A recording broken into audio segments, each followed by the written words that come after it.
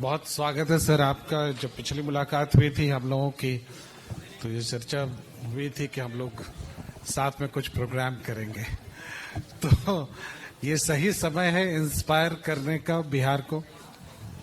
बिल्कुल सही समय है और इनफैक्ट जब तक बिहार विकसित नहीं होता है तो हर प्रयास आवश्यक है, हर वर्ग को जोड़ना आवश्यक है, क्योंकि सभी देखना चाहते हैं कि अपने जीवन काल में एक ऐसा बिहार बने जिसमें शिक्षा, रोजगार या स्वास्थ्य के लिए किसी को बाहर जाने की आवश्यकता नहीं हो। तो ये प्रयास चल रहा है पिछले लगभग 4.5 वर्षों से। आज लाखों लोग इसमें जुड़कर योगदान दे रहे हैं और ये बहुत बड़ा प्रयास है। देखिए, जीवन में चैलेंजेस मुझे बड़े पसंद रहे हैं। बचपन से ही जब कुछ कहता था कि बहुत कठिन है तो कहीं ना कहीं उसकी ओर में आकर्षित होता था। और बिहार की परिस्थिति बाल्यकाल से मैंने देखा कि चीजें ठीक नहीं चल रही हैं। उसी ने मुझे कभी इस रूप में प्रेरित किया कि अपने जीवन काल में बिहार को पुनः उत्कर्ष पर देखूं और बिहारी शब्द पुनः सम्मान का प्रतीक बने। आचार्य चाणक्य से अक्सर मैं प्रेरणा लेता हूं। तो चाणक्य को देखता हूं, एक शिक्षक जिसको यदि कोई कहता है कि तुम्हारी भूमिका केवल विद्यार्थियों को पढ़ाने भर की है तो शायद इतना बड़ा परिवर्तन जो भारत ने तब देखा है उसको हमने देखा नहीं होता। बिल्कुल। लेकिन आचार्य की भी दृष्टि देखिए, उनमें आप बहुत सारी बातों को पाएंगे। इसी पाटलिपुत्र की भूमि से निकले, तक्षशिला के आचार्य बने। जब देश पर एक संकट आया तो एक आचार्य सोच सकता था कि मेरी इसमें कोई भूमिका नहीं है, लेकिन देश पर आने वाले संकट को न केवल उन्होंने अपना संकट माना, उसके पूर्ण समाधान के लिए चले गए। पहले तो उन्होंने नंदवंश के धनानंद को मनाने का प्रयास किया। जब नहीं माने तो एक युवक में जब उन्हें गुण दिखे तो उन्होंने ये विचार नहीं किया युवक किस जाति का है, किस जाति का है। और चंद्रगुप्त के साथ जब गए तो समाधान तो उन्होंने वहीं कर दिया था। हाँ। जितने भी ग्रीक कैंप्स थे उनके पास जाकर चंद्रगुप्त अपनी टोली के साथ बताते थे कि जब मगध की सेनाएं चलती हैं तो इनके धूल में सूर्य भी छिप जाता है। और ऐसा प्रभाव उसका हुआ कि तक्षशिला से आगे प्रथम युद्ध जो हुआ, जो पुरस जिसको ग्रीक लोग कहते हैं, पर्वतेश्वर के साथ युद्ध के बाद ही ग्रीक सेना इतनी भयभीत हो चुकी थी, जीती थी, लेकिन आगे के पराजय का भय ऐसा हो गया कि उनको लगा कि आगे मगध है। और तब अलक्षेंद्र 3 दिनों तक शिविर से नहीं निकले, लेकिन उनको लौटना पड़ा। आचार्य यहां तक रुक सकते थे, जो बाहर से संकट आया था वो तो चला गया था, लेकिन उनकी दृष्टि इतनी बड़ी थी कि अगर आगे दोबारा कोई ऐसा संकट आएगा और ऐसे ही छिन्न भिन्न भारत राज्यों में, गणराज्यों में बटा रहा तो प्रत्युत्तर नहीं दे पाएगा। और तब जाकर उन्होंने उस वंश का भी परिवर्तन किया और एक ऐसे युवक को जिसमें क्षमता थी लेकिन उस प्रकार का अधिकार नहीं था, सिंहासन पर आरूढ़ किया। इतिहास यहां से बदलता है जी। मेरे विषय में देखेंगे इसकी प्रेरणा मैंने कैसे ली, तो मैं अपने व्यक्तिगत जीवन में मैंने बताया कि बाल्यकाल के अनेक अनुभव, अनेक इंटरव्यूज में मैंने बताए हैं। मेरी पोस्टिंग हुई बघा इसी पटना में था, सिटी एसपी। उसके बाद हुआ जाते ही 2 किडनैपिंग वहां पर रिपोर्ट हुई। उसके पहले जब पटना में थे तो लगभग कोई ना कोई गायब रहता ही था। वर्ष 2006 की बात कर रहा हूं। और जब भी कोई गायब होता तो एक बड़ी चुनौती पुलिस के सामने आती थी। सरकार भी बड़ी उस समय उस मोड में थी कि किसी प्रकार से किडनैपिंग को बंद करना है, और मीडिया पीछे रहती थी। आपकी नींद तो गई। तो इस अवस्था में लगभग 1 वर्ष से पटना में रहने के बाद जब बघा गए तो बघा में जब किडनैपिंग की सूचना मिली, मेरी भी नींद उड़ी कि फिर वही स्थिति होगी। लेकिन जब मैंने फोन किया तो पाया कि मुख्यालय में कोई चिंता नहीं है। उन्होंने कहा कि बघा में होता रहता है, पहले से अंग्रेजों ने भी यूनिवर्सिटी ऑफ क्राइम कहा है, मिनी चंबल कहते हैं, तुम भी कुछ समय के लिए हो, तुम भी सीख जाओगे। ब्लैक पैंथर हुआ, व्हाइट पैंथर हुआ, लेकिन चीजें ठीक नहीं हुई। और लोगों से बात होती तो लोग कहते हैं कि महर्षि वाल्मीकि की भूमि है। आप याद कीजिए महर्षि वाल्मीकि क्या थे। अब इस परिस्थिति में जब मैं था तो मैं भी आराम से रह सकता था, लोग कहते थे आराम से रहो। और पुलिस में क्या होता, रेड कीजिए, पकड़िए, मेडल मिल जाएगा, इससे अधिक तो आपकी दृष्टि जाती नहीं। यहीं तक आप सोचते हैं, खुश रहते हैं। लेकिन मैं परिवर्तन करने आया था। मेरे मन में बड़ा स्पष्ट था, यहां पर हूं तो मैं चेंज देखना चाहता हूं। तो बघा में चेंज कैसे आए, इस पर जब लोगों से मंथन हुआ तो पता चला करीब 320 एकड़ गन्ना लगा हुआ है डकैतों के द्वारा। तो पहला हुआ इस पर हमला किया जाए। कटवाना हमने शुरू किया तो 25 लाख से अधिक राशि सरकार के खजाने में गई। बात यही नहीं रुकी। उस मनोदशा को बदलने के लिए सभी परिवारों से हम लोगों ने जब बात की तो यह कहना शुरू किया कि रत्नाकर यदि रत्नाकर ही रहे होते तो विश्व किस वाल्मीकि को जानता। समस्या कैसे समाप्त हुई किसी को समझ में नहीं आया, लेकिन 26 गिरोहों ने आत्मसमर्पण कर दिया शस्त्रों के साथ, और किडनैपिंग जो 100-150 प्रतिवर्ष होती थी शून्य पर आ गई। आज आप वाल्मीकि नगर टाइगर रिजर्व जाएंगे तो आराम से घूम सकते हैं किसी भी समय। एक समय पर फॉरेस्ट डिपार्टमेंट के लोग भी जाने में डरते थे। तो ये एक ऐसा परिवर्तन था जो बिल्कुल अलग तरीके से करने से हुआ, गोलियों से नहीं हुआ। मुठभेड़ें हुई थी, लेकिन लोगों से जुड़ने से, बात करने से, इतिहास के बारे में। और कुछ वैसा ही मैंने रोहतास में भी देखा, जिसको मैं कह रहा हूं पूर्ण समाधान। रोहतास में भी स्थिति बड़ी विकट थी। 2002 में डीएफओ शहीद हुए थे, 6 में डीएसपी शहीद हुए थे विक्रमगंज में, और उग्रवादियों का ऐसा बोलबाला था कि रोहतास किले को अपना उद्गम स्थल तो आदिवासी मानते थे, उसको उन्होंने अपने आश्रय स्थल में परिवर्तित कर दिया था। पहली बार 2009 में हम लोगों ने तिरंगा लहराया, मुझ पर गोलियां चली लेकिन बात रुकी नहीं। आदिवासियों से हम लोगों ने बात करनी शुरू की और कहना शुरू किया कि आपके पूर्वज ऐसे थे तो आप में क्या कमी है, क्यों ना हम अपने क्षेत्र के उत्कर्ष के लिए प्रयास करें। और जब मन की बात मन से निकलती है, भाव निस्वार्थ होता है, तो बड़ा परिवर्तन अपने आप होता है। हाँ, ये मैंने रोहतास में तब देखा जब उन्हीं उग्रवादियों को भी सरेंडर करना पड़ा।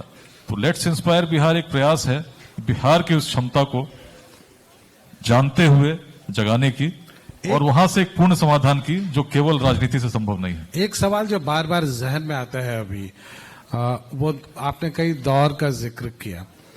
इस दौर में जब आप कोई विषय उठाते हैं तो आपको तुरंत खेमे में बांट दिया जाता है कि आप इस खेमे के हैं या उस खेमे के हैं।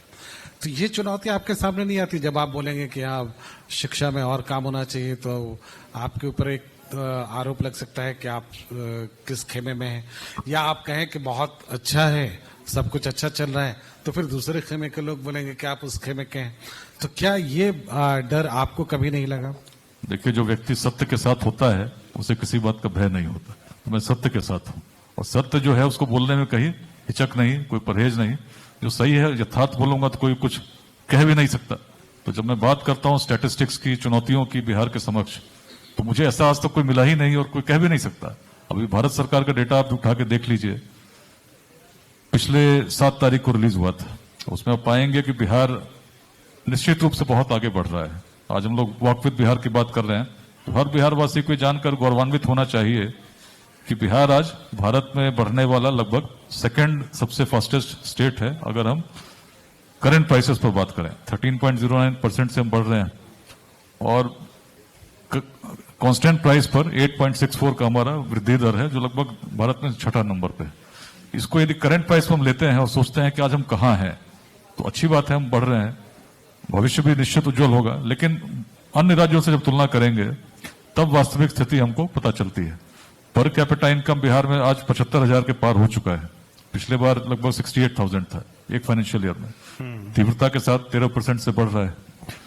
लेकिन इसको यदि हम अन्य राज्यों से तुलना करें और आम भाषा में समझने के लिए, जो 76,000 रुपए का लगभग पर कैपिटा है, उसको एक महीने में ले आए, तो एक औसत बिहार का व्यक्ति महीने में 6,300 मात्र ही कमाता है। जबकि दिल्ली में 46,000 है, तेलंगाना में 36,000 है, आप पाएंगे कर्नाटक में भी लगभग 35,000 है, हरियाणा में, तमिलनाडु में वही 35,000 34,000 के आसपास है। आप और पीछे आएंगे तो आप देखेंगे महाराष्ट्र में, गुजरात में, केरल में लगभग 29,000 के आसपास है, हिमाचल उत्तराखंड में 26,000 के आसपास है, और आंध्र प्रदेश में भी 25,000 के आसपास है। तो इतने सारे राज्य लगभग 25,000 से ऊपर एक व्यक्ति औसत महीने में कमाता है। अब वहां हम कब तक पहुंचेंगे, इसको यदि कैलकुलेट करेंगे तो 13% तो हमारा अभी का ग्रोथ रेट है।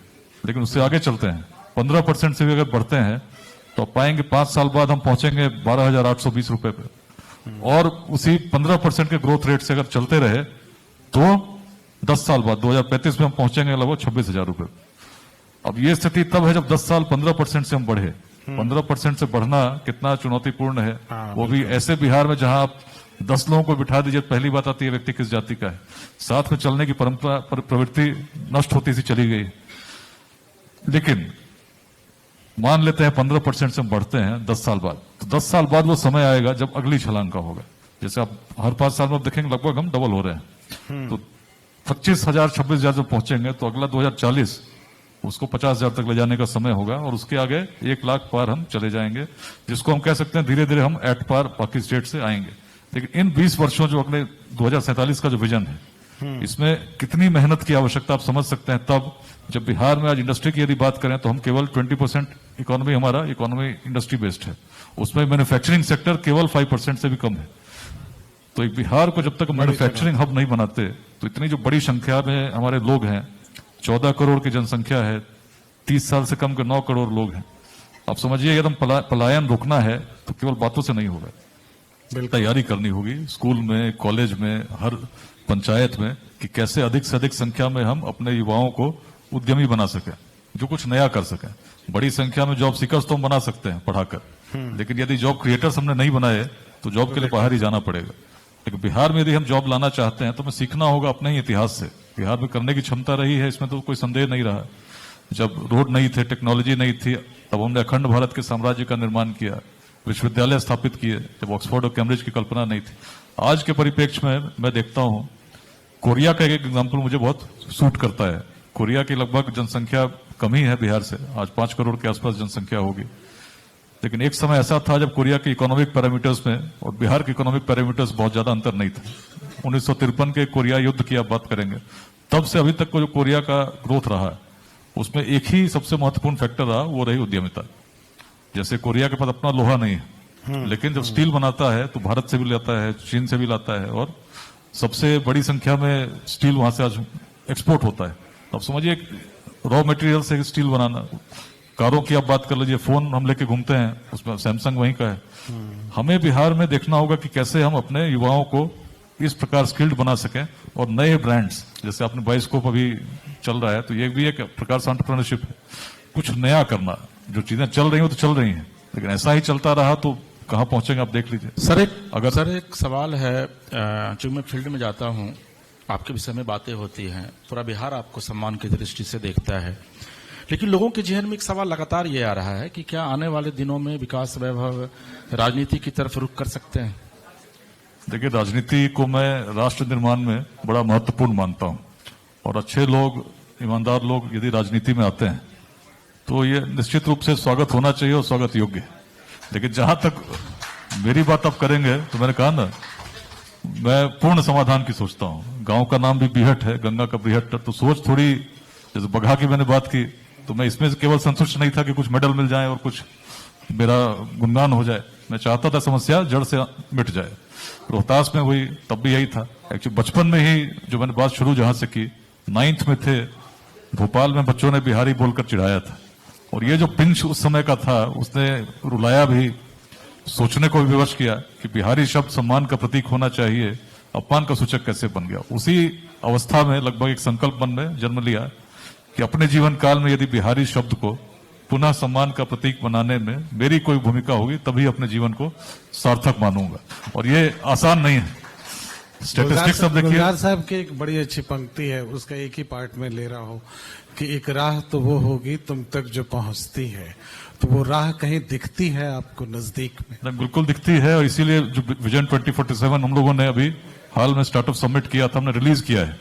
हाँ। जैसे आप बातें कर सकते हैं, लेकिन एग्जैक्टली रोड मैप क्या होगा। 10 विषयों को हम लोगों ने चुना है बिहार के लिए, जिसमें पर कैपिटा इनकम की मैंने बात की।